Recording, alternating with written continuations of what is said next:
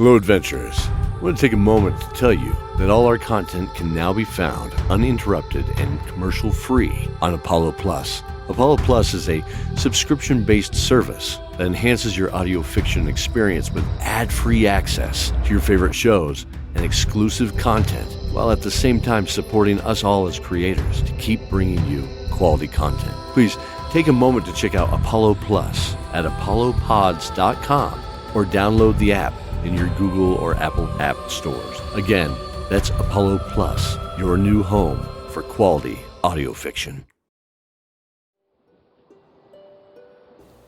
Hi, I'm Joleen, the voice and player behind Cordelia Shieldheart. I wanted to tell you about some exciting things coming next year in 2021. Starting Tuesday, January 5th, Mikey, our Dungeon Master, is going to throw a live listening party on our Twitch channel. He plans to feature a different episode each week, walking through the story and even the game that was originally behind it. Come join us in the chat as we relive our moments at the table, in the studio, or just all of us having a great time. Again, it's every Tuesday at 7 p.m. Mountain Time out here in beautiful Colorado. And we're starting January 5th at twitch.tv/Dice Tower Theater. The other thing is, for the month of January, we will be holding a custom dice giveaway from our friends at Dragon Knight Dice. All you have to do is just put a short review of this show on podchaser.com. That's it. All authors of new reviews in January will be entered to win a set of custom-made dice, and the first 10 reviews will also get a sticker. Thank you so much for your support, everyone. It really means a lot. Be sure to follow us on Twitter, Facebook, Instagram, or join us in Discord on the Cast Junkie server for some chat about the show. You can find links to all of these things in the show notes. And now, back to the show. Dawn of Dragons, Season 3, Episode 4, The Dark Army.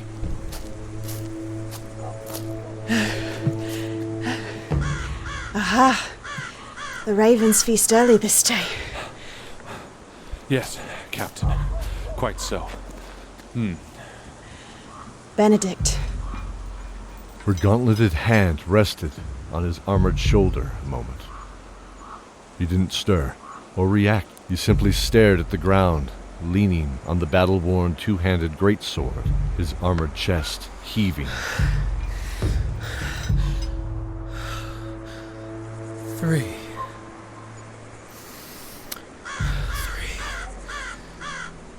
Oh, wait.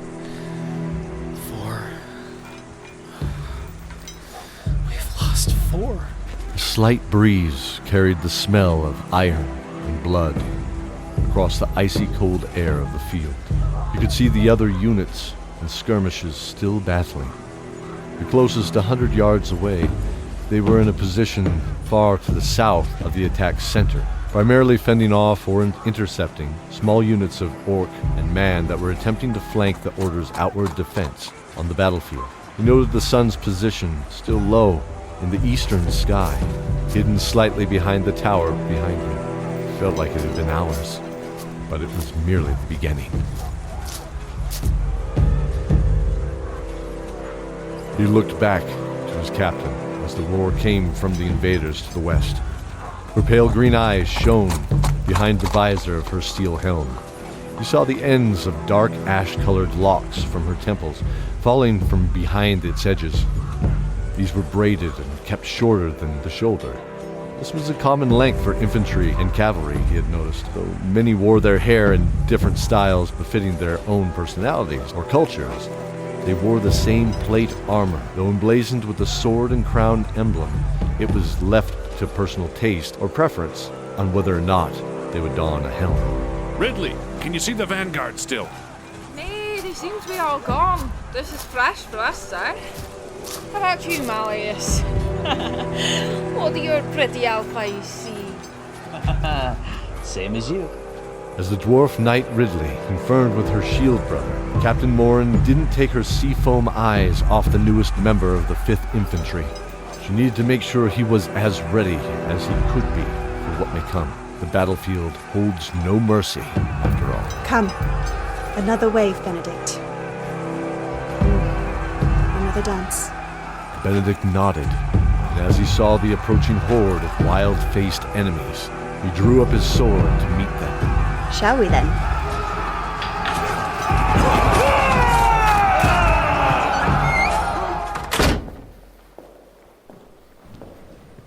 Fix, is that a library over there? Ah, yes. Yes, it is. I shall see what it may hold.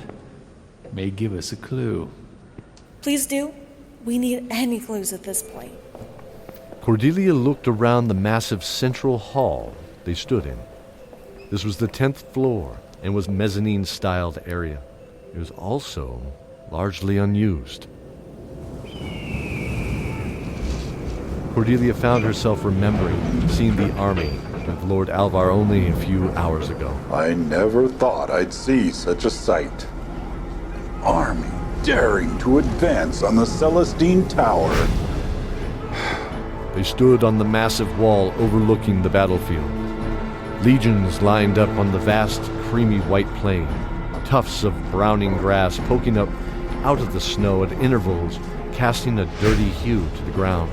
The small armies at this distance seeming less real and more like a game for a sinister child. The sun cast the tower's shadow in a long hand across the field of battle, stretching a few miles, landing finally on the faint encampment in the distance, the invaders' encampment. It's Horrifying. Yes, and our forces are bare, as you can see. I fear some not as ready as others. Too young. The local farmers have offered up arms to assist, but I've decided only as a last resort. Lord ALVAR looked at Cordelia, his gray eyes and kind face still proud, but unable to hide a glimmer of hope behind them. Do you believe the portal still exists? It sounds like much of the tower is a mystery even to you, my lord. From what I know, the 5 towers are connected with a portal that can be used to pass between them. Much as I hate to admit it, I concur with Cordelia, as I've heard the same thing. That in times of old it was used to assist in help or message as well as moving people and resources. Although it may be rendered unusable, I cannot guarantee it still works. We haven't ascended past the 10th floor for centuries. There's been no need to. Then there became superstitions and legends that kept any secrets it held safe. I know not if they are true, but there may be guardians that I don't know about. Who knows what ghosts roam those halls above? If we can find the portal, we could bring the librarians here to assist before all is lost. Agreed. And that is the hope we must rely on. Hurry, my friends, and may the knight and maiden guide you. Are you sure they said they came to this floor? It just looks like it's been empty for a long time. I mean, between the dust and the... Wow. Oh, look at that. The sun had raised in the sky far enough to cast itself through the large, ancient stained glass panel in the central hall. 6 panels stood, each a different set of multicolored glass, depicting a figure surrounded by several smaller scenes. The reds, blues, and greens danced across the 50-foot walls. The image diffused. They noticed this chamber branched into 6 directions, no doubt spanning into the other 6 smaller towers. You go ahead. I'll be right there. Sophie stared up at the images as they all left the room to inspect the path to another tower. One figure in particular carried a staff and a long black robe, behind which the face was the grim visage of an ivory skull, holding the staff in one skeletal hand and a single coin in the other.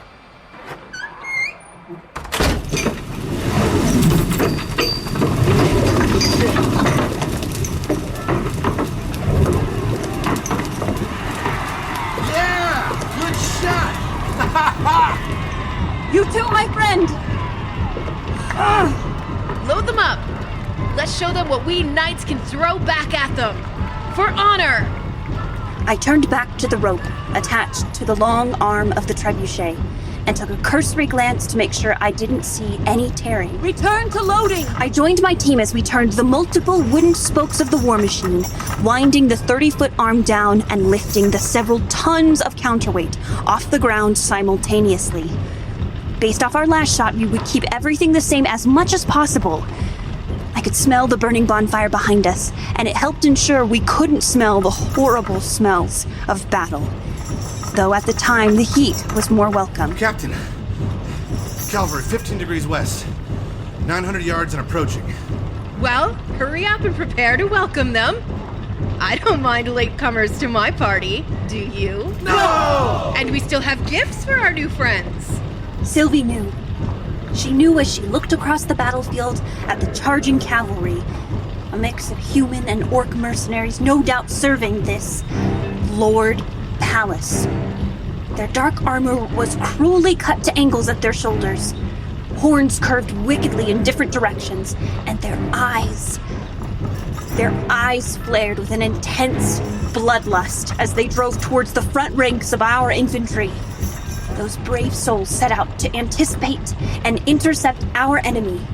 Sylvie just knew, from the still and tense air behind her, we were ready. Then may the night guide your hands. Fire!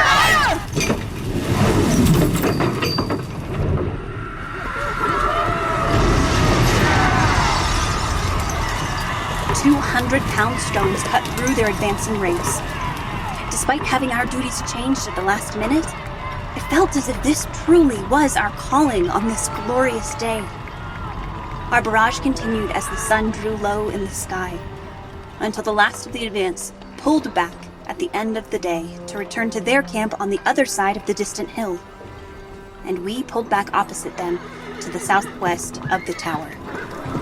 It was then that something happened I will never forget. Please, make way! Medic, help them, please! A rider rode back from the front line after retrieving a body presumed dead. But I saw the blood-matted blonde head lolled to one side, displaying behind the grim look of a very much alive knight. And more so, I knew him. Oh there, Arsinia. Is that... Malleus! Arsinia slid to the side of her bay-colored horse to dismount. Gripping the cracked leather reins in her left hand, she placed a calm hand across our friend's badly hurt head, taking care not to touch any of the wounds hidden in the mass of hair and blood. The pointed tips of his graceful elven ears, helping to identify him to us, even when he was so unrecognizable.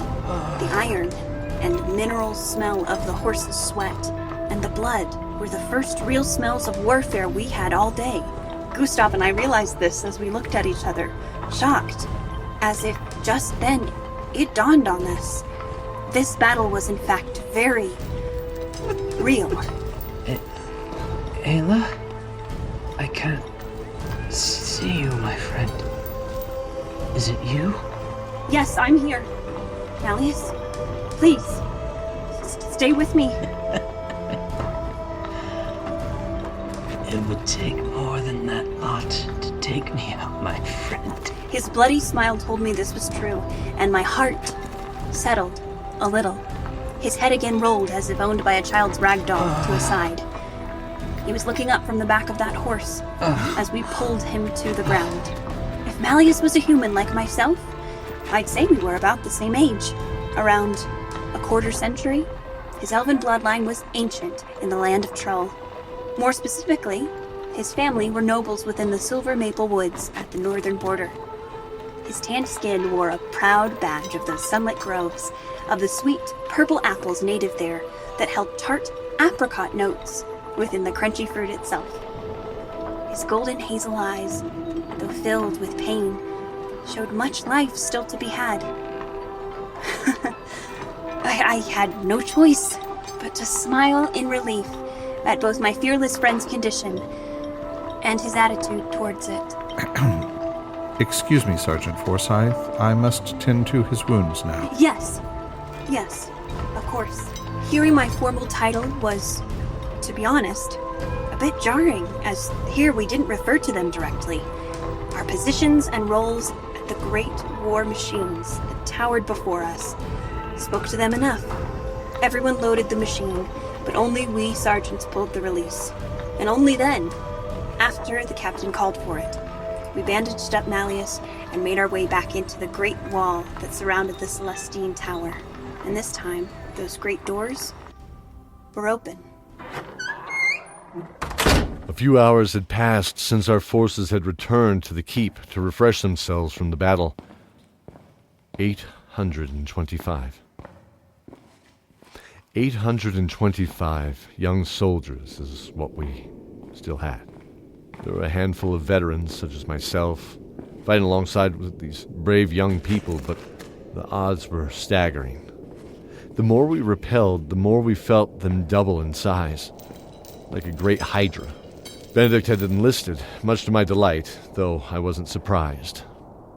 It was at the end of the day I saw him helping tend to the wounded, with hopes and prayers. I felt something in them, though. Not just the rhetoric of faith, simply recited from the practiced tongue, but there was actual power in his words. A calming power. I noted how the Night Lord must be truly guiding him, as I saw him kneel next to a dwarf whose arm was battered and bloodied. I saw the dark raven hair of his father on his bowed head. There was no doubt, this was Lucilius's son, the heir of Garnet Keep. Evening. How goes the watch? Good, Captain. Her nerves were tight from the tension of the day. I could feel the coiled spring of readiness tempered with panic. Excellent. I hope you don't mind if I join you here. I'll have a hard time sleeping this night. Sure. Be my guest. Though I don't have much to offer in the way of refreshment or... Well then, I would have to leave this embarrassment to my station. Excuse me, Knight Captain. Keldor. Please call me just Keldor. And your name is? She looked at me with a different look then. The hard gaze seemed to soften in her deep brown eyes, and the rich mahogany of her cheek shone a tint of scarlet where it met the gleaming helm of her polished silver armor. A long plume of midnight blue dyed horsehair poured out in the gentle breeze, gracing her pauldrons. I am Daria. Keldor. Your tunic's emblem is red. I considered the old worn tunic over my armor, now restored somewhat to its original glory. Originally white, as was hers, it was now more cream, with the holes of wear about. The crown and sword at my chest, along with two wide bars at the base, denoting my rank, were in fact originally red. Now they've faded to a paled crimson. The colors lost to time, as with what they symbolized to me in those lost years. Her emblems, as were the rest of the knights here, were blue. Garnet Keep?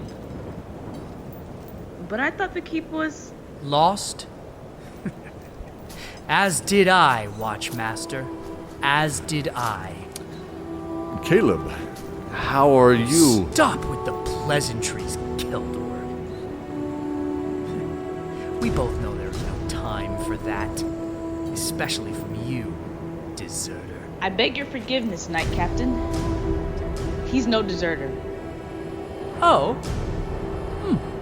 Did you not know the story of the brave Sir Keldor? Please, Caleb, Please? You ask me to forgive you for abandoning your post? For abandoning your so-called friends? You let my sister die in that fire, didn't you? His words struck home like a lance draped in a holy flame. I felt the white-hot lava of guilt pour over my heart, remembering his sister, Ilona, bravely diving into the flames of the burning building to defend her family. Garnet Keep. His auburn hair was still cut close to the head, as he always preferred. His ice-blue eyes, peering through the dark-rimmed slits he allowed them, now like a predator preparing to strike. His hot breath held remnant smells of a hasty meal. Answer me! Didn't you? Caleb! Caleb! You are no judge. You have no idea. We have no idea what he's been through. Lamprey walked swiftly between us, his blue eyes strong and locked on Caleb, his black tunic whipped against the leather armor he wore underneath. A streak of mud cut across the tunic's 4 fading red bars, at the base denoting a sergeant major of Garnet Keep. Caleb's white tunic depicted 2 blue bars, indicating a knight captain, like myself, but based out of the Celestine Tower. Lamprey's left eye was bloodshot from the grit of the day in the trenches with those pikemen, repelling infantry and cavalry alike from a centralized attack at the main force. Now is not the time to relive that which we cannot change. My quarrel isn't with you, Lamprey. It is now. Caleb froze for a minute, assessing the situation. The wind on the parapet gently blew by as I could feel the tension in the air approach a zenith. My hand unclenched, leaving deep indentations in its palm from my nails. I was unaware of this until now. It smelled birch and pine and the bonfires out at the perimeter 50 feet below blazing. The arms of several trebuchets lined up just at the edge of the firelight 50 yards from the wall. The moonlight aided in a blue-white glow that reflected from the walls of this magnificent tower behind us. One thing to note, for some such as myself, when tension rises, I've often found you become more aware of your surroundings, in many ways more alive. I suppose that is why some of my shield brothers and sisters grew to love battle. There is no time for any of this. Now calm yourselves. Ho there! State your name and your business. Watchmaster DARIA moved quickly to the edge of the wall, peering down to the muddy ground below. Standing, there was a single figure out at the edge of the torchlight. Teal war paint surrounded his eyes and pulled down his alabaster face in twin points, like assassin's daggers. His red copper hair was straight and hung to the shoulder. It was pulled back, revealing the pointed ears of the elves. He wore the midnight tunic, emblazoned with what appeared to be smeared dark blue teardrop, but inverted, flowing upwards. I looked at Lamprey, whose furrowed brow and eyes confirmed he had never seen it before either. The rider's lips curled cruelly back. I am LOUKAS, and I carry a proposal of great importance to one of your own. The creak of the small gate opened as 2 heavily armored sentries walked out to hear the visitor's proposal. They looked at each other, a bit shocked to find one of the generally good-natured sons of the forest staring at them with a crazed look on his face. The mysterious teardrop shape now revealed a grim skull, looking as if it were melting down the front of the tunic in a deathly blue-green. Speak your words. Speak then, and be gone. You heard him, stranger. My only wish is to speak with my brother's son. Is that so much to ask for? Tell my dear Malleus to meet me in the center of the battlefield at dawn before our first sorties. The fate of the Silver Maple Woods rides on it. He will know what I mean.